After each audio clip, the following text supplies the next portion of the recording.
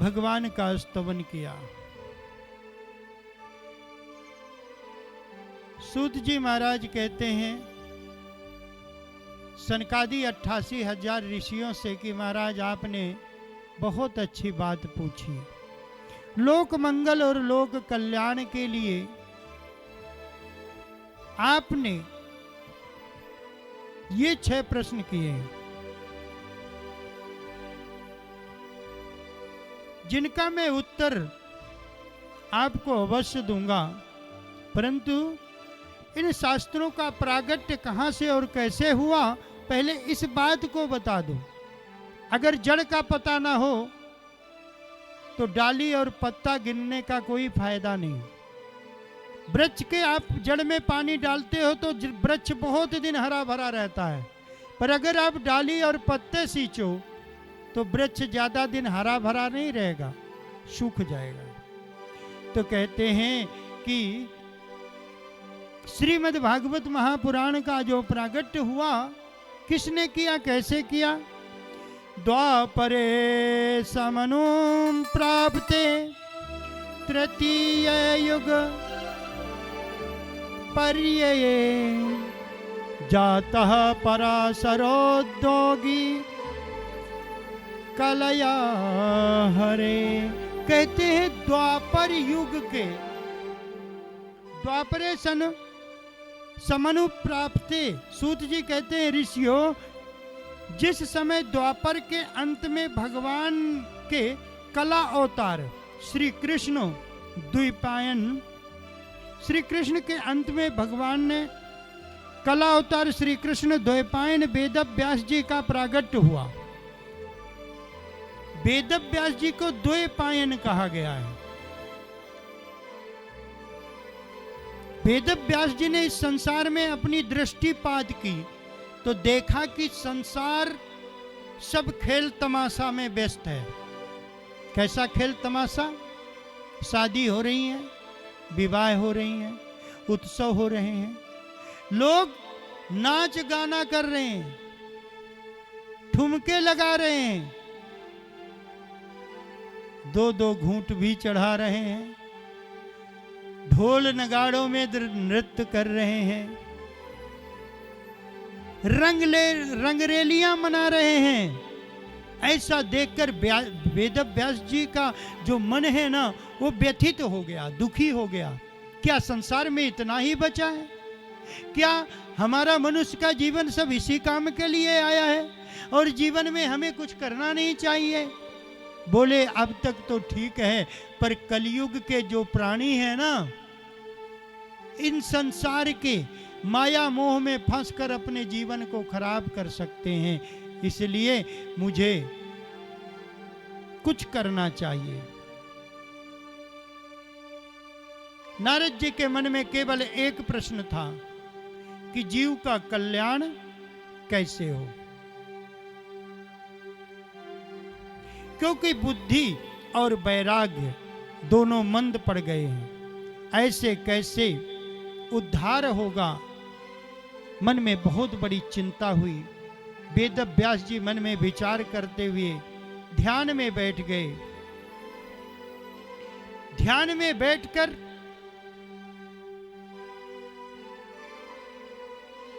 सोचा कि कुछ करना चाहिए। सबसे पहले वेद व्यास जी ने एक वेद की रचना की, ऋग्वेद। फिर जब देखा कि इतना बड़ा वेद सब लोग इसको पढ़ नहीं पाएंगे, इसको छोटा कैसे करूं, एक वेद के वेद व्यास जी ने 4 वेद बना दिए, ऋग्वेद, यजुर्वेद, सामवेद और अथर्ववेद। ये चारों वेदों में औषधि भी इसी में है। ऋग्वेद में गायन है, नृत्य भी इसी में है।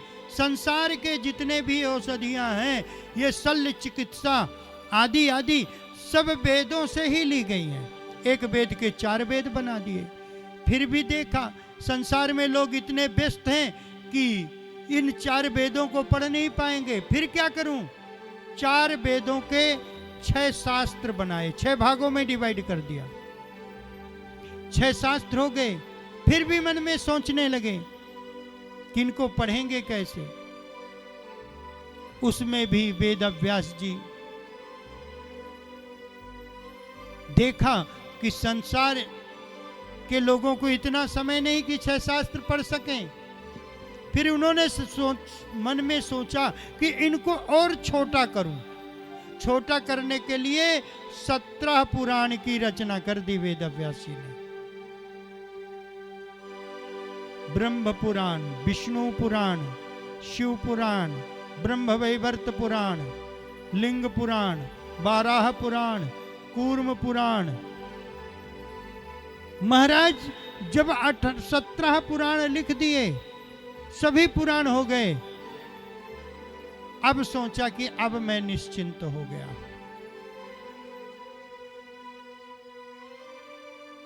अपनी माता जी को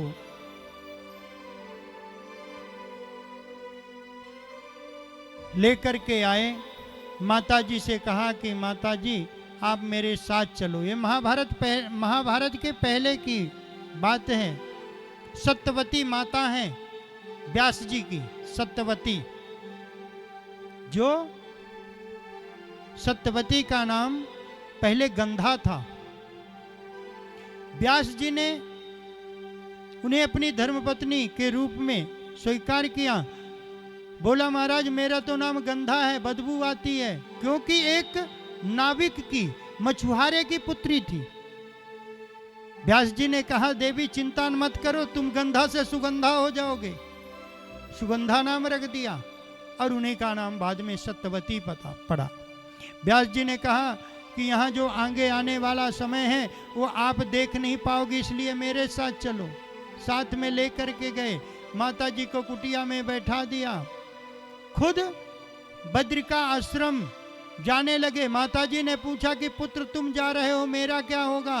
बोले माँ तुम चिंता मत करो, जब आपको तकलीफ हो, कोई परेशानी हो, किसी चीज की जरूरत हो तो मन में मेरा ध्यान करना, मैं वहीं प्रकट हो जाऊंगा। इतनी शक्ति थी व्यास जी में कि मन के सोचने से वो वहीं पहुंच जाते थे। माता ने कहा ठीक है, सम्यक प्रास आश्रम है, आज भी आप बद्री नारायण जाएं तो वहां पर व्यास गुफा है जिसका नाम पहले था सम्यक प्रास। वेद व्यास जी सम्यक प्रास गुफा में जाकर के बैठ करके ध्यान में बैठ गए। जैसे ध्यान मग्न हुए तो मन ही न लगे, मन बड़ा उचाट हो गया, संसार की लीलाएं दिखने लग गई। जवान युवतियां डांस कर रही हैं, नृत्य कर रही हैं, लोग पैसे बहाए जा रहे हैं, सारे धन को ऐशो आराम में खर्च करते जा रहे हैं, कोई सत्कर्म नहीं कर रहा, कोई पुण्य कर्म नहीं कर रहा। ऐसे देख करके व्यास जी को बड़ी चिंता हुई और व्यास जी का मन परेशान हो गया। गंगा जी के किनारे व्यास जी की कुटिया। व्यास जी मन में सोचने लगे अब क्या करूं, कहां जाऊं, कैसे करूं। ऐसा सोच ही रहे थे कि इतने में महाराज घूमते हुए अचानक नारद जी पहुंच गए। जैसे ही नारद जी आए तो महाराज नारद जी को देख करके वेद व्यास जी ने कहा कि आओ नारद बैठो, कैसे आगमन हुआ। नारद जी ने कहा कि व्यास जी आप परेशान बहुत लग रहे हैं। बोले क्या करूं, मेरे परेशानी का कारण तुम्हें बताऊं तब तुम सुन नहीं सकते। बोले क्या? बोले मैंने 4 वेद, 6 शास्त्र, 18 पुराण की रचना, 17 पुराणों की रचना कर दी, मेरा मन शांत नहीं। तब ध्यान लगाकर नारद जी ने देखा, बोले बाबा सबकी रचना कर दी, परंतु किसी भी पुराण में भगवान श्री कृष्ण की संपूर्ण कथा का वर्णन आपने नहीं किया, इसलिए आपका मन अप्रसन्न है। इसलिए अब आप एक पुराण की रचना और करें जिसमें भगवान श्री कृष्ण की लीलाओं का वर्णन हो। व्यास जी कहते हैं शरीर बूढ़ा हो गया, शरीर में गाल में झुर्रियां पड़ गई, कमर टेढ़ी हो गई, हाथ कांपने लग गए। अब मुझ में कहां सामर्थ्य में कोई पुराण लिखूं, मेरे से नहीं हो सकता। नारद जी ने कहा कि आप चिंता क्यों करते हो, अरे मुझे देखो, मैं प्रमाण हूं बोले क्या? बोले कि मेरा नाम पहले जो था बच्चा रामदास था। चतुर्मासा में 4 महीने कार्तिक के महीने में साधु संत आश्रम को छोड़ करके गांव से बाहर जाकर चतुर्मासा व्रत करते हैं। कुछ साधु संत मेरे गांव के समीप आए। मेरी माँ विधवा थी, मेरे पिताजी नहीं थे। मेरी माँ उन संतों के आश्रम में गई और उनसे कहा कि 4 महीने तक आप यहाँ रहेंगे, मैं सत्संग सुनूंगी और एक मेरी प्रार्थना। बोले क्या? बोले मैं आपके घर में बुहारू झाड़ू लगा दूंगी, आपके जूठे बर्तन साफ कर दिया करूंगी, आपकी टहल करूंगी, बस एक काम करना, मैं हूं और मेरा ये बेटा, इसको खाना दे दिया करना। साधु संतों ने कहा ठीक है माताजी, कुछ करने की जरूरत नहीं, आश्रम में रहो। बोले नहीं, संतों के आश्रम में, गुरुद्वारे में, मंदिर में, बहन बेटी के यहाँ कहीं भी जाओ, बिना कुछ किए, बिना कुछ दिए वहां की वस्तु का उपयोग नहीं करना चाहिए। इसलिए मैं बिना सेवा के कुछ ग्रहण नहीं करूंगी। संतों ने कहा ठीक है, जो तुमको ठीक लगे वो सेवा कर देना। 4 महीने तक साधु संत रहे, मेरी माँ ने सेवा की, मैं उनके साथ बैठकर सत्संग सुनता था। धीरे धीरे 4 महीने पूरे हुए और जैसे वो साधु संत जाने लग गए तो मैं भी उनके पीछे पीछे चलने लगा। मेरी माँ को पता लगा, मेरी माँ दौड़ करके आई, साधु संतों के चरणों पकड़ लिया और रोने लग गई। और साधु संतों से कहा कि गुरुदेव, ये मेरा एक लौता पुत्र है, इसके बिना मैं जी नहीं सकूंगी, इसलिए इसको छोड़ दो। संतों ने कहा कि माँ हम तो लेके नहीं जा रहे, अपने आप ही जा रहा है। माँ ने चरणों में बहुत प्रार्थना की। अंत में संतों ने कहा कि बच्चा रामदास, अभी तुम माँ के पास जाओ, माँ की सेवा करो, इसके बाद जब माँ का शरीर पूरा हो जाए तब हमारे पास आ जाना। अनमने मन से मैं, नारद जी कहते मैं बच्चा रामदास अपने माँ के साथ लौट तो आया, पर मेरे मन में एक विचार आया। यह विचार आया कि अरे ये मर क्यों नहीं जाती, मर जाए तो मेरा पिंडा छूट जाए, मैं सत्संग के लिए जाऊं। कहता है विचार करना ठीक नहीं था, पर मन है, मन में विचार आ गया और धीरे धीरे समय व्यतीत हुआ। एक दिन बरसात के दिन थे, सावन भादों के, हरी हरी बड़ी बड़ी घास। एक गाय पाली हुई थी, मेरी माँ रात के समय में गाय का दूध काढ़ने गई, वहां पर था काला नांग, उसने माँ को डस लिया और माँ का राम नाम सत्य हो गया। कई बार हम कोई विचार करते हैं सत्य होता है, इसलिए कहते सोचो अच्छा, करो अच्छा, बोलो अच्छा। अपने वाणी से कभी किसी को गलत नहीं बोलना चाहिए। 24 घंटे में एक बार भगवान की ऐसी कृपा आती है, जो आप कह दोगे वो सत्य ही होगा। इसलिए वाणी का संयम बहुत जरूरी है। हमारे बड़े बूढ़े कहते थे किसी को गलत मत बोलो। आपने गलत बोला, सोचा था नारद जी ने, वैसा हो गया। जब माँ का शरीर छूटा, बच्चा रामदास, नारद जी कहते मैं बहुत रोया। जब रोया तो मेरे 2 प्रकार के आंसू निकले, एक गर्म आंसू, एक ठंडा आंसू।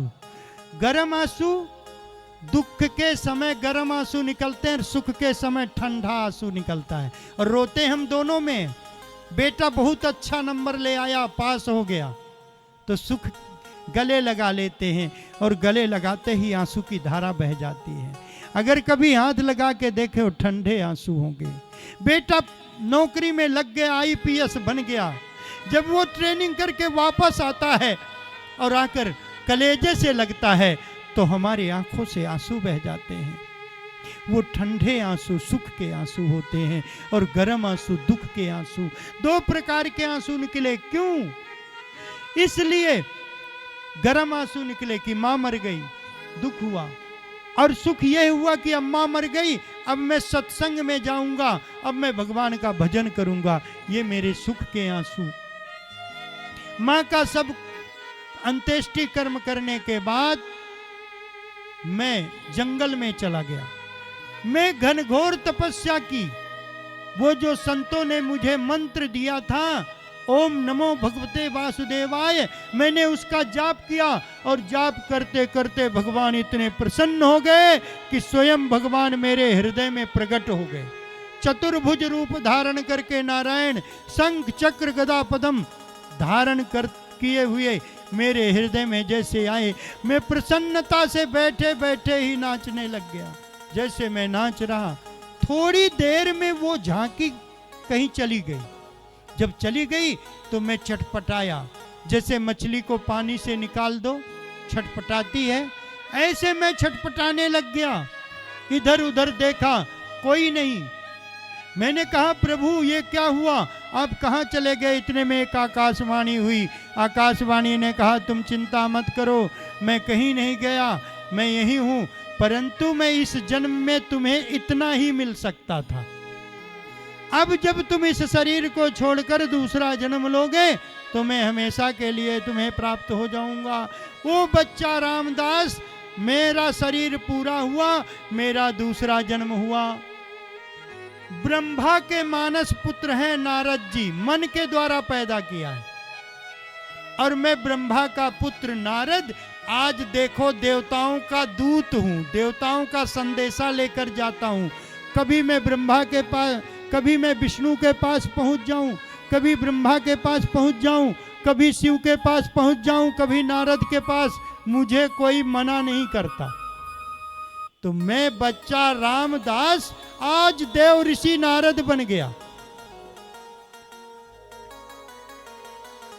और देखो तुम्हारे सामने खड़ा हूं, तो जब मुझ जैसे अभागे पर भगवान की कृपा हो सकती तो आप पर क्यों नहीं हो सकती? इसलिए आप चिंता ना करें, 18वां पुराण की रचना करें जिसमें भगवान श्री कृष्ण का प्रसंग हो। और महाराज ध्यान में बैठ गए। जैसे ध्यान में बैठे, साक्षात नारद जी 4 श्लोक जो भागवत के ब्रह्मा जी को नारद जी ने दी थी, नारद जी ने व्यास वेदव्यास के कान में गुनगुना दिए, चतुश्लोकी भागवत। और उस चतुश्लोकी भागवत से 18,000 श्लोकों की रचना की। नारद जी वहां से चले गए। अब मन में सोचने लगे क्या करूं। गणेश जी का स्मरण किया, गणेश जी आ गए। गणेश जी को कहा जो श्लोक मैं बोलूं आप लिखते जाना। बोले मैं ऐसे नहीं लिखूंगा। बोले कैसे? बोले मैं लिखता रहूंगा, पर आपने बोलना बंद कर दिया कि मेरी कलम रुक गई, मैं दोबारा लिखूंगा नहीं। बोले फिर? बोले आप बोलते रहो लगातार, कंटिन्यू लिख दूंगा मैं। गणेश जी को व्यास जी ने सोचा क्या करूं। तब वेद व्यास जी ने कहा कि हाँ ठीक है। गणेश जी से एक शर्त रखवाई कि जिस श्लोक का आपको अर्थ ना समझ में आए उस श्लोक को लिखना नहीं। अब जब तक अर्थ समझने में टाइम लगता था गणेश जी को, उतने में वेदव्यास जी दूसरा श्लोक बना लेते थे। इस प्रकार से 18,000 श्लोक वेदव्यास जी बोलते गए और गणेश जी लिखते गए। और संपूर्ण जब हो गया तो महाराज समर्पित कर दी वेदव्यास जी को, और गणेश जी वहां से अंतर ध्यान हो गए। बोल गणेश जी महाराज की जय हो। तो श्रीमद् भागवत महापुराण को गणेश जी ने लिखा है, हम आपने नहीं लिखा। आज कोई इसकी कॉपी करता रहे, राइटर कोई हो, वास्तविक राइटर गणेश जी। अब मन में विचार करने लगे वेदव्यास जी, अब करूं क्या, इसको पढ़ाऊं किसको? लिख तो ली, परंतु इसको दूं किसको? आज के समय में टीचर बहुत अच्छा है, पर अच्छा शिष्य नहीं मिलता, तो पूरा ज्ञान कैसे दे? अधूरा ज्ञान देता है। फिर आप वो टीचर बनता है, अपनों शिष्यों को अधूरा देता है, फिर वो टीचर बनता है, फिर अधूरा ज्ञान। धीरे धीरे ज्ञान लुप्त होता जा रहा है, कोई पूरा ज्ञान। आज हम इसलिए पढ़ते हैं कि परीक्षा में पास हो जाएं। स्कूल वाले सिलेबस देते हैं, इतना रट के आ जाना, इससे अलावा आपको पढ़ने की जरूरत नहीं, उसको रट लो, बच्चे पास हो जाएंगे। और बच्चे कहाँ पढ़ते हैं? माता पिता पढ़ते हैं।